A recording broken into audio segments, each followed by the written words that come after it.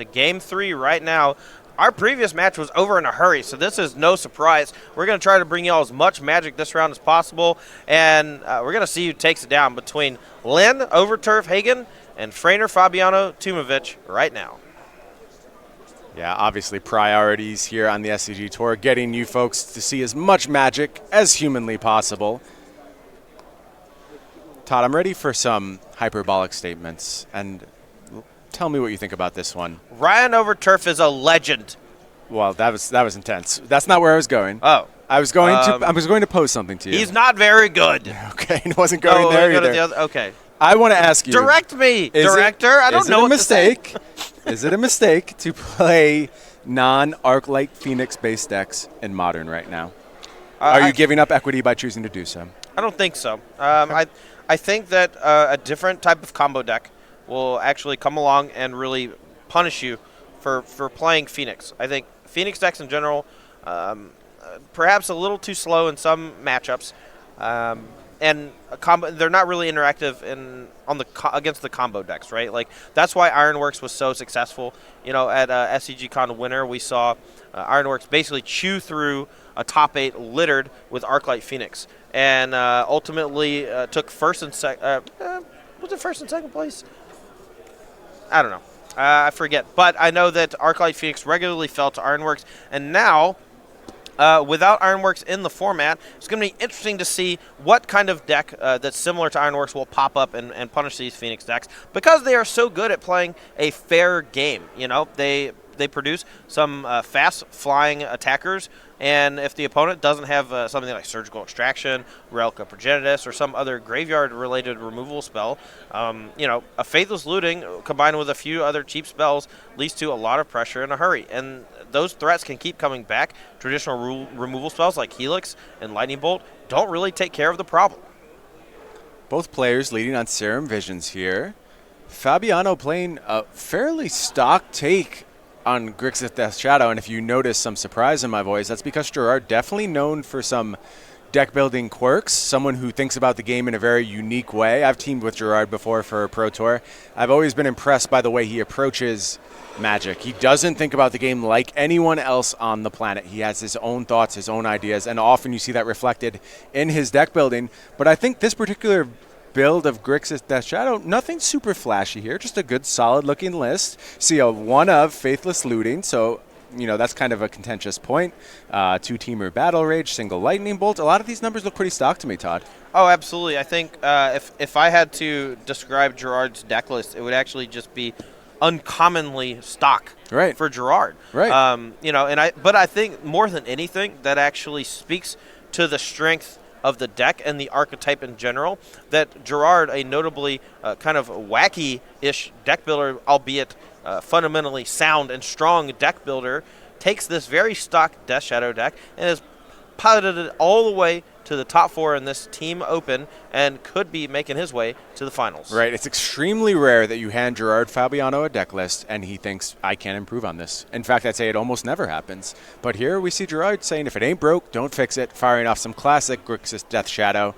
We have a play from Ryan Overturf going to be a Thing in the Ice off the top of the deck, so the Thoughtseize missed that Thing in the Ice. I'm sure Overturf quite pleased with that. Yeah, very interesting start here from Fabiano. He's playing a Grixis Death Shadow deck, but he's dealt himself very little damage. Thoughtseize here is only a damage source so far.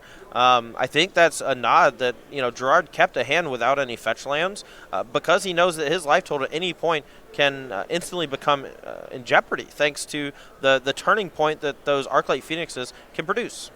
Yeah, not only is Gerard capable of building a unique deck, but he's as equally capable of taking a unique approach to a matchup.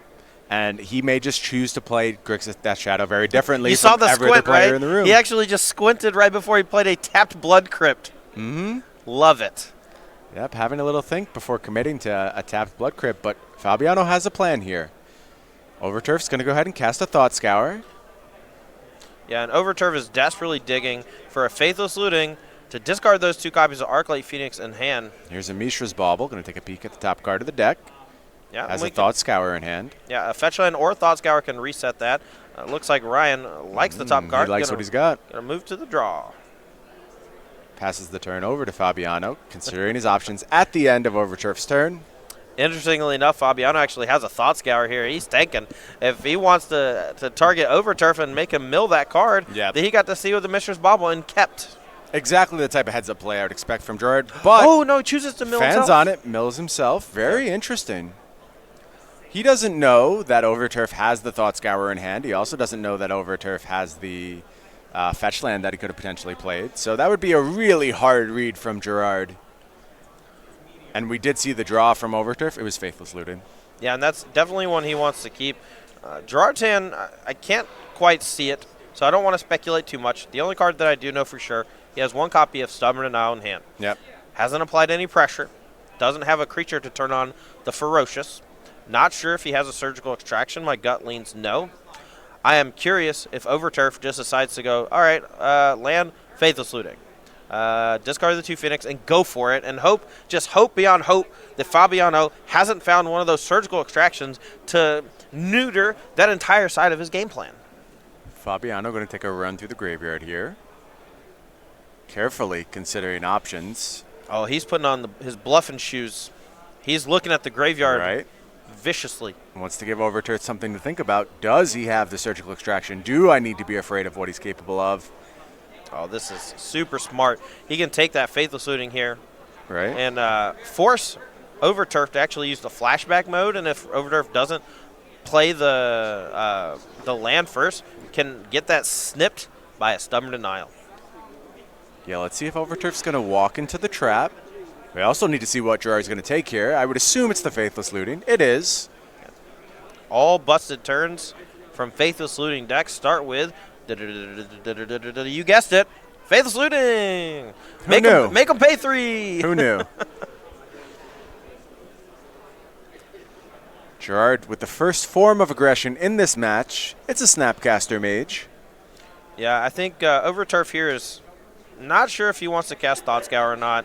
Needs to save it sometimes to chain off all those instants and sorceries together. Found a Manamorphose off the top. That means there are some shenanigans he could get up to as far as getting 3 spells this turn and casting the Faithless Looting. Yep. That would involve Gerard not casting that Stubborn Denial, though. All right, so looks like Ryan is going to play around that Stubborn Denial. He's going to go ahead and fetch an island. My guess is going to start with a Manamorphose, and then that's going to allow him to flashback Faithless Looting. And then Gerard has a tough decision. If he uses Stubborn Denial, our Overturf can pay the 1. He still gets to discard the 2 Phoenixes, but can effectively no longer cast 3 instant sorcery on the same turn since he's already made that land drop. Needs to hit like another Manamorphose here would help him do it, as well as something like a Gut Shot or his own Surgical Extraction.